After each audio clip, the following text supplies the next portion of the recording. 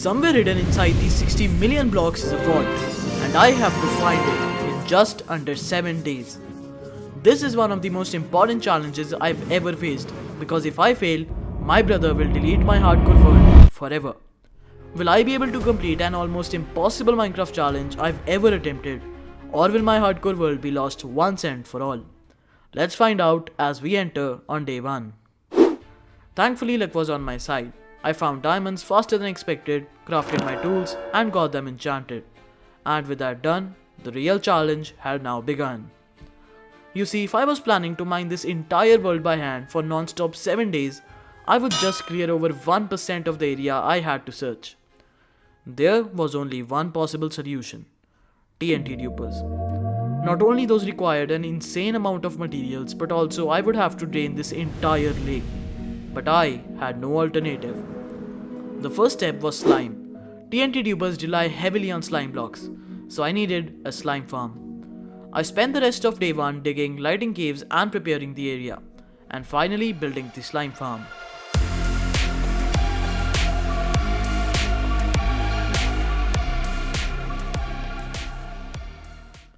By the start of day 2, the slime farm was complete. It wasn't perfect, but it worked. Based on my calculations, I would need roughly around 8,000 slime balls for everything I planned to build, which I don't think should be a problem now. Things were going good. I already felt confident that I could do this challenge. But little did I know, a major problem would emerge next. To build the rest of the machines, I needed iron. Lots of it. Normally this wouldn't be an issue. You just build an iron farm. And that is exactly what I thought to do next. But there was one problem. I couldn't build an iron farm. Building an iron farm requires you to have villagers, which I didn't have. All the villages were outside of the world border. I also couldn't mine that much iron with hand. Everything was breaking up. There was no way I could do this without iron, and that was the point I genuinely believed my hardcore world was over. Everything I had done for it over the years was lost, and there was absolutely nothing I could do now. But after sitting there for a while, I realized something. I wasn't ready to give up. Not like this. So I did the only thing I could. Searched everywhere. Forums, videos, old posts, comments, everything that could help me escape this situation. And eventually, something hit me. Up until now, I'd been thinking of making farms. But what if I didn't need them at all? This is where Minecraft exploits come in. Over the years, players have found ways to break Minecraft's logic, confusing the game into doing things that aren't normally possible, like stacking unstackable items, even obtaining bedrock, and more importantly, duplicating items, which was exactly what I needed. Most of these exploits were patched long ago, but with nothing left to lose, I kept searching. After hours of digging, I found a video. The creator claimed that by placing an item into a chest, maxing out render and simulation distance, force closing Minecraft through Task Manager, then reloading the game and resetting video settings, the items would duplicate. They would appear both in the chest and in your inventory. So it was time to test. Okay, if this doesn't work, it is game over. My hardcore world now depends on this moment. Let's do this. 3, 2, 1, let's go! Yes, it actually worked. In that moment, everything changed. With this exploit, iron was no longer a problem. And if I could dupe iron, I could dupe everything else too. By day 3, there was no room for mistakes. I spent half an hour duplicating materials until my inventory was packed with shulker boxes. Then, I started building.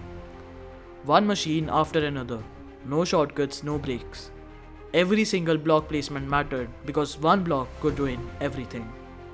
After nearly 2 straight hours, I finally finished building all 100 TNT flying machines. By the time I stopped, day 4 had already begun. The only things left were the returning stations and on and off switches. But little did I know, I would have to face something very, very harsh. It was when I realized the machines I built were wrong. Not 1 or 2 machines, all of them. The blueprint I had followed was not correct and was different from what actually works.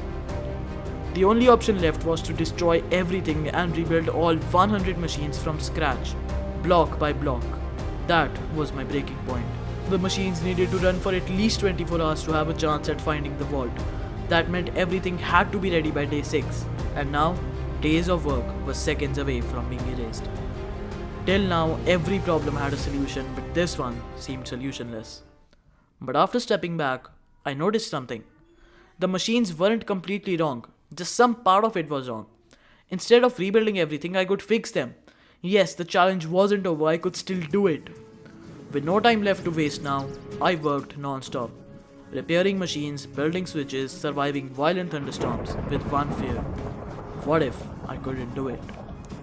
After hours of pure stress, the cannons were finally fixed. Day 5 had begun, and it was a blasting time. The moment I had been waiting for so long. The moment that will save my hardcore world. The moment when I turn on the machines. 3, 2, 1, let's go. The machines had started without any problem first time. By day 5, everything was running. The lake still needed to be drained, but that would only about take an hour. For the first time, I felt confident. I felt like I had already won. I left my computer AFK overnight. When I came back, I saw this. The machines hadn't progressed at all. Worse, they were completely destroyed.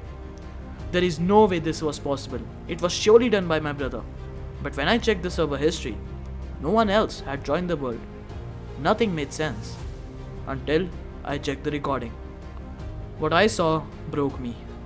During construction, I had accidentally placed a few blocks too close to the machines. When the TNT started duplicating, some of it landed on those blocks, triggering explosions that destroyed everything. Because of a few careless placements, the entire challenge had failed. There was nothing left to fix. My hardcore world was over. And that's when my brother, who had originally given me this challenge, stepped in. He offered me one final chance to save the world. But this time, the challenge would be 10 times harder. Instead of finding a vault, I would have to find one single block, hidden anywhere in a bigger world.